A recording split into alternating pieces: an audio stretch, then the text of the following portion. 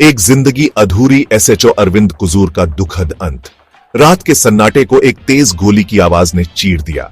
छतरपुर के ओरछा रोड पर एक किराए के मकान में station house officer Arvind Kujur मृत पाए गए।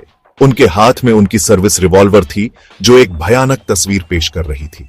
दाहिनी कनपटी पर एक गोली ने उस इंसान की जान ले ली जो लोगों की रक्षा करने की कसम खाता था। गोली की आवाज सुनकर कुजूर के केयरटेकर ने इस भयानक दृश्य को देखा। खबर जंगल में आग की तरह फैल गई, जिससे पूरा समुदाय सदमे में आ गया और परिवार बिखर गया। कानून की रक्षा करने वाला एक आदमी इतने दुखद और हिंसक अंत का शिकार कैसे हो सकता है? कुजूर अपराधियों के दिलों में छिपे अंधेरे से अनजान नहीं थे। उन्होंने अपना जीवन इसका मुकाबला करने के लिए समर्पित कर दिया था। वह एक पति और एक पिता थे, जिनकी पत्नी और 2 बच्चे सागर जिले में रहते हैं। वह अपने कंधों पर उनकी उम्मीदों और सपनों का बोझ ढोते थे। फिर भी बहुतों को पता नहीं था कि कुजूर अपने ही राक्षसों से लड़ रहे थे, जो एक दोस्ती के गलत हो जाने से पैदा हुए थे। धोखे के जाल में फंसे दोस्ती, छल और ब्लैकमेल। एक लोकल बिचौलिया सोनू सिंह कुजूर का करीबी दोस्त था। उनका बंधन साथ में खाना खाने और बातचीत करने से बना, अटूट लगता था। हालांकि यही दोस्ती कुजूर की बर्बादी साबित होगी। सिंह ने कुजूर को आशी नाम की एक महिला से मिलवाया। शराब और मौज मस्ती से भरी अनौपचारिक मुलाकातें जल्द ही छल और धोखे के खतरनाक खेल में बदल गईं। चालाक सोनू सिंह के मार्गदर्शन में आशी ने कुजूर के विश्वास का फायदा उठाना शुरू कर दिया। वे ऐसी गतिविधियों में शामिल हो गए जो न केवल नैतिक रूप से गलत थीं, बल्कि एक कानून प्रवर्तन अधिकारी के लिए बहुत ही शर्मनाक भी थीं।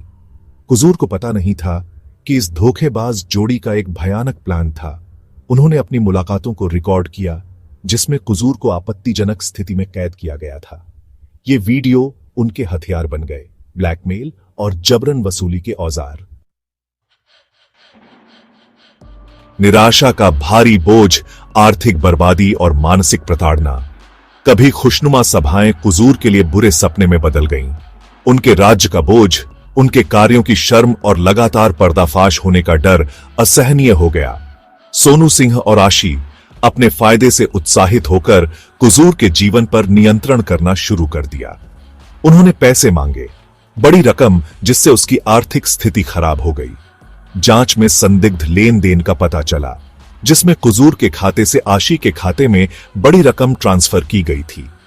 आर्थिक बोझ तो बहुत था, लेकिन मानसिक प्रताड़ना कहीं ज्यादा थी। अधिकार रखने का आदी कुजूर खुद को अपने ही बनाए जाल में फंसा हुआ पाया।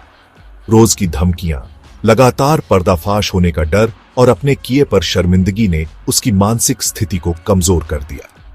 वह अपनी ही जिंदगी में कैदी बन गया। निराशा के बोझ तले उसकी आत्मा धीरे धीरे टूट रही थी। न्याय, जवाबदेही और कानून प्रवर्तन की दुर्दशा।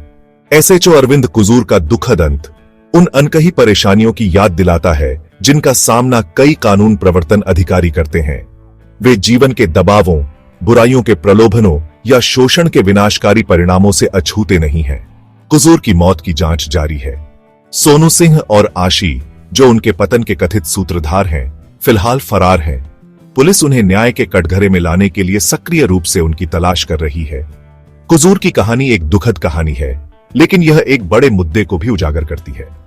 भारी दबाव और मानवता के अंधेरे पक्ष के लगातार संपर्क में रहने से हमारे कानून प्रवर्तन अधिकारियों के मानसिक स्वास्थ्य पर असर पड़ता है।